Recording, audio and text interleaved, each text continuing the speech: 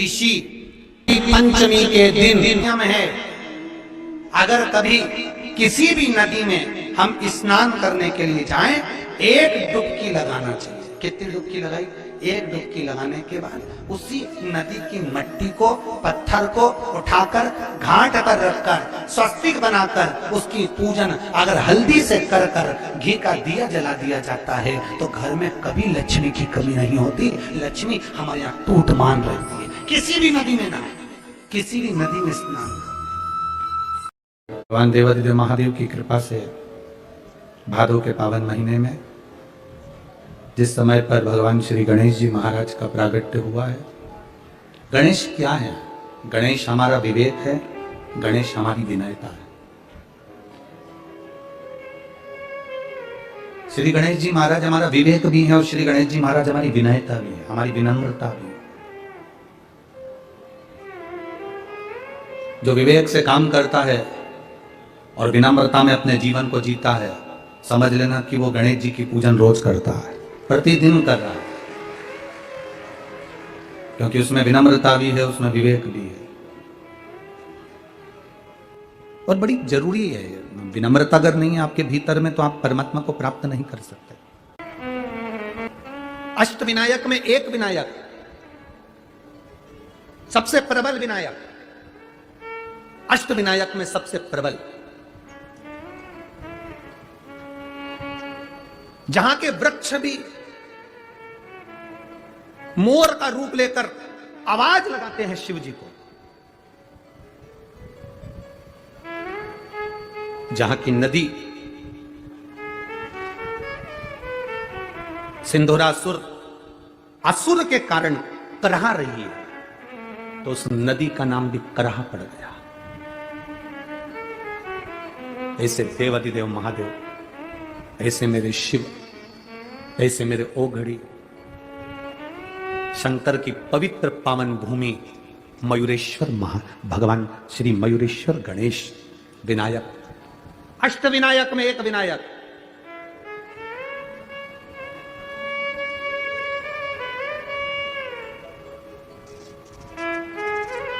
हजारों बेलपत्री के वृक्ष थे, हजारों बेलपत्री के वृक्ष मोरगांव के अंदर, हजारों।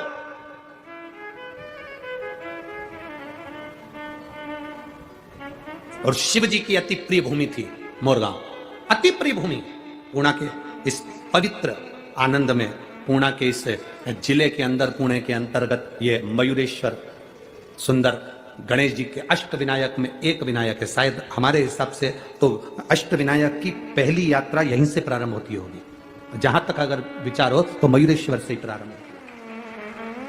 अष्ट विनायक की पहली दर्शन यात्रा अगर कोई निकलती होगी तो मयूरेश्वर से निकलती होगी। पहली मयूरेश्वर आता होगा, फिर उसके बाद दूसरे दूसरे गणेश।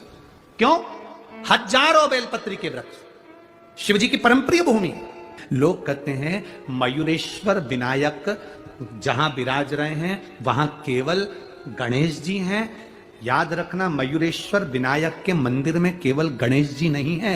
मयूरेश्वर विनायक के बाहर जो नंदी बैठा है वो शिव के ही प्रतिबिंब के रूप में विराजमान है।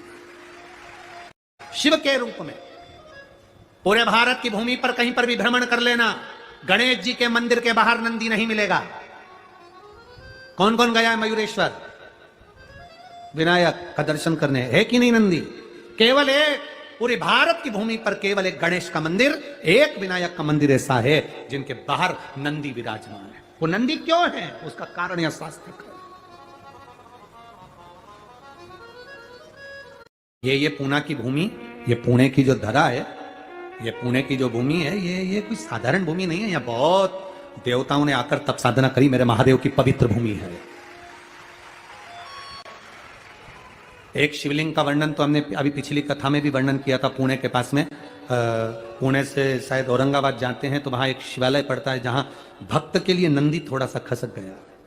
वो शिवलिंग का भी हमने वर्णन किया। यहाँ नजदीक इतने शिवालय, पुणे के इस पावन धारा के आसपास में जितने शिवालय का आप दर्शन करोगे, जितने अष्टविनायक का दर्शन करोगे, पुणे के आसपास के क्षेत्र में कहीं भ्रमण के लिए जाना, लोग कहते हैं हिल स्टेशन चलो, घूमने चलो, यहाँ चलो, वहां चलो। हम उनसे कहते हैं एक बार पुणे में आइए और किसी भी शिवालय में बैठ जाइए, आपको वही हिल स्टेशन का आनंद आएगा। जिस शिवालय में बैठोगे शंकर की भक्ति में, उस आनंद को आप पाओगे। और शिव नाम होठों पे चढ़ गया रे, तो समझो ये जीवन जी की माहेती सिद्धि विनायक मंदिर का स्मरण, सिद्धि विनायक भगवान का स्मरण कि क्यों बैठे वो अष्ट विनायक में एक विनायक बनकर, क्यों बैठे? कार्तिकेय जी ने विश्वास के बल पर तारकासुर का संहार कर दिया था, क्यों बैठे? पार्वती जी ने विश्वास के बल पर शिव जी को प्राप्त करा था, सती माता ने विश्वास के बल पर शिव तत्व को प्राप्त कर लिया था। शिव तत्व पूरे विश्व में कोई ऐसा नहीं जो शंकर की पूजन करता हो और भृंगी की पूजन ना करता, पूरे विश्व में।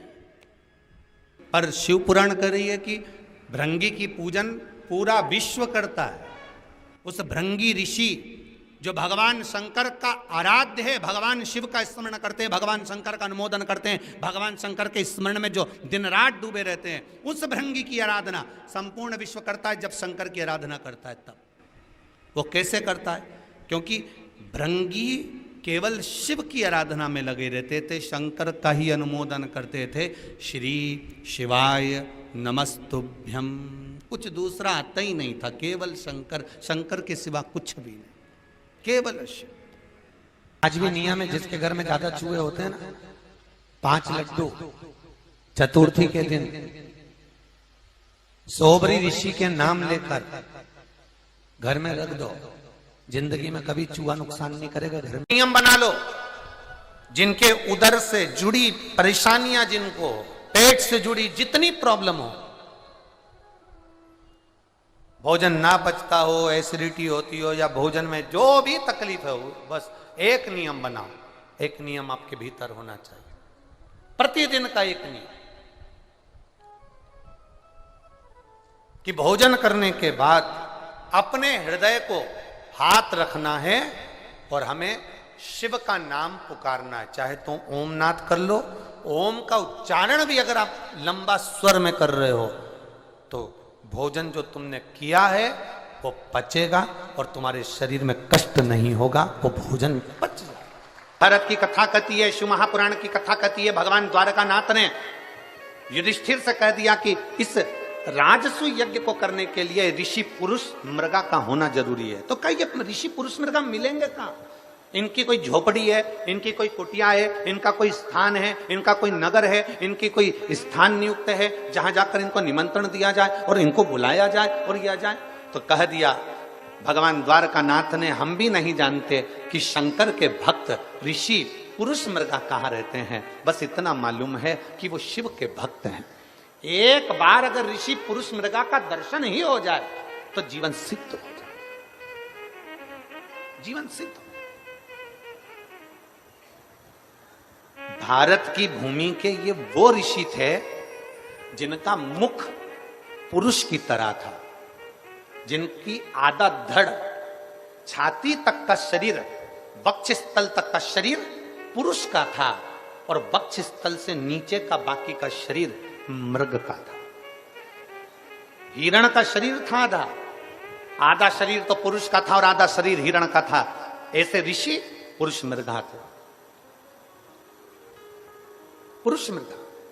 भगवान द्वारकानाथ ने कहा, हम नहीं जानते कि ये पुरुष मृगा कहां मिलेंगे, परंतु एक बात है, इनको लेने के लिए भीम को भेज दिया जाए। भीम जा, भीम ने अपनी गदा उठाकर हां भरी, मैं ऋषि पुरुष मृगा को लेने के लिए जाऊंगा, मैं ऋषि पुरुष मृगा को लेने के लिए जाऊंगा। और आतुरता में भीम आगे बढ़ने लगे। इतने में द्वारकाधीश ने कहा, रुक जा, ए भीम रुक जरा, जिस पुरुष मृगा को तू लेने के लिए जा रहा है, ये पुरुष मृगा कोई साधारण ऋषि नहीं है। अगर मान ले तूने थोड़ी सी भी गलती कर दी तो ये पुरुष मृगा तुझे खा जाएगा। ये वो ऋषि है जो तुझे एक क्षण के अंदर निगल जाएगा। तेरी थोड़ी सी गलती हुई ना तो ये पुरुष मृगा तुझे निगल जाएगा, थोड़ी सी गलती। इतने में भीम ने कहा द्वारकानाथ से, आप मुझे जानते नहीं हो द्वारकाधीश, क्या आप मुझे पहचानते नहीं हो? मेरे में केवल शरीर का बल नहीं, बुद्धि का बल भी मुझ में है। मुझ में केवल शरीर का बल नहीं, मुझ में बुद्धि का बल भी है।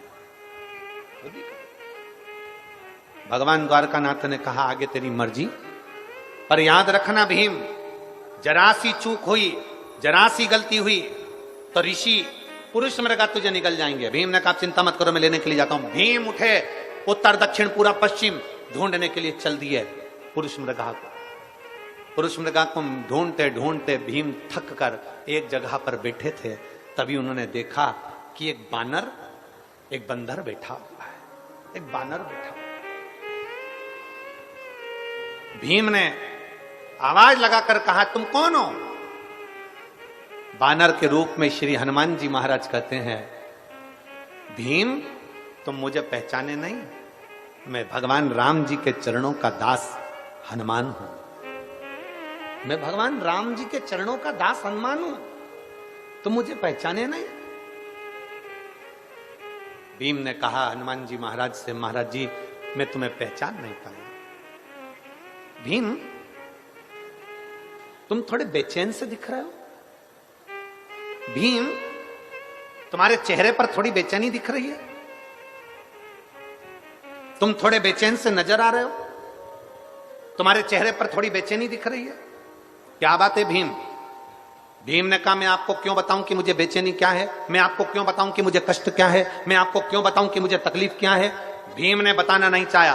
भीम बैठ गए, सुस्ता रहे थे, बहुत सुस्ताते सुस्ताते आखिरी में हनुमान जी महाराज ने भीम को दूर बैठे हुए कहा भीम मुझे मालूम है तुम कहां जा रहे हो। भीम ने पूछा बताओ कहां जा रहा हूं। हनुमान जी महाराज ने कहा तुम शिव जी के भक्त ऋषि पुरुष मृगा को लेने के लिए जा रहे हो। भीम ने कहा आपको कैसे मालूम पड़ा कि मैं पुरुष मृगा को लेने के लिए जा रहा हूं?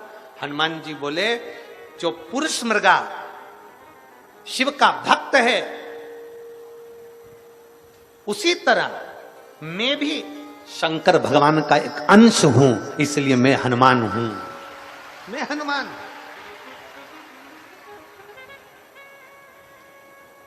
मैं शिव जी का एक अंश हूं, इसलिए मैं हनुमान हूं। भीम ने हाथ जोड़कर कहा आप जानते हो मैं क्यों जा रहा हूं? मैं सब जानता हूं, मैं सब जानता हूं। क्यों जा रहे हो, किस लिए जा रहे हो?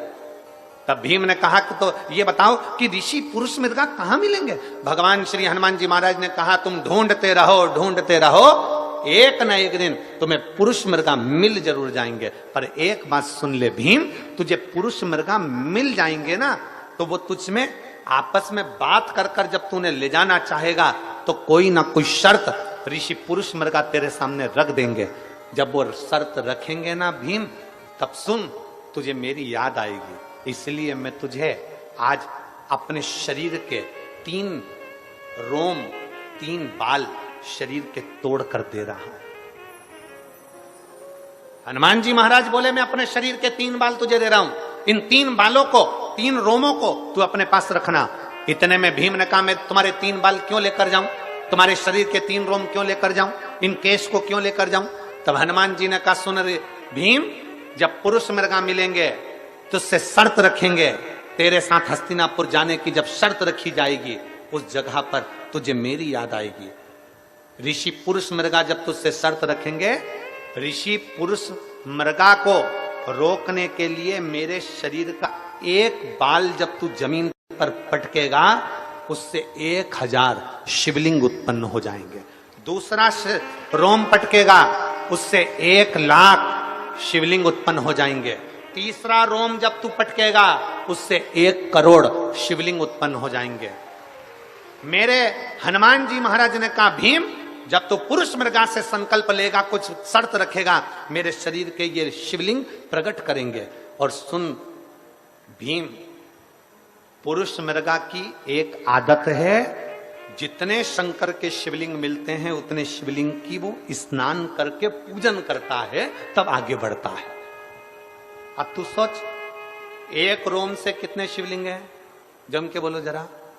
1000। दूसरे रोम से 1,00,000, तीसरे रोम से 1 करोड़। अब पुरुष मृगा एक एक शिवलिंग की पूजन करेगा तब जाकर कहीं आगे बढ़ेगा। उस जगह पर मेरे ये 3 रोम तेरे काम आएंगे। हनुमान जी ने अपने 3 रोम तोड़कर, 3 बाल तोड़कर भीम को दे दिए। भीम ने वो बाल संभाल कर रखे। पुरुष मृगा को ढूंढते ढूंढते आगे बढ़े तो ऋषि पुरुष मृगा मिल गए। पुरुष मृगा के हाथ जोड़कर निवेदन करा, जिस समय पर पुरुष मृगा शंकर की आराधना में लगे हुए थे, शिव की स्तुति में लगे हुए। ओम नमः शिवाय। एग्जाम में बैठ रहे हैं, हमने पहले भी कथा में कहा उन बच्चों के लिए कि भरपूर मेहनत करो। जितनी मेहनत तुमने आज करी है इससे 4 गुनी ज्यादा मेहनत तुम करो। जितनी पढ़ाई आज कर रहे हो उससे ज्यादा पढ़ाई और करिए। भरपूर मेहनत करिए, परिश्रम करिए, पूर्ण कर्म करिए, रात दिन एक करो, विद्याध्ययन करो। आप किसी एग्जाम में बैठने के लिए जा रहे हो तो 1 लोटा जल, उसमें थोड़ा सा लाल चंदन, कलश जो होता है ना, जल का पात्र जो होता है, उसका जो मुख होता है ऊपर, उसके मुख पर लाल चंदन लगा लीजिए। पुरुष मृगा ऋषि का नाम लेकर लाल चंदन लगे हुए स्थान से ही बाबा देवादिदेव महादेव को अगर वो जल समर्पित करा जाए तो ऐसा कोई बेटा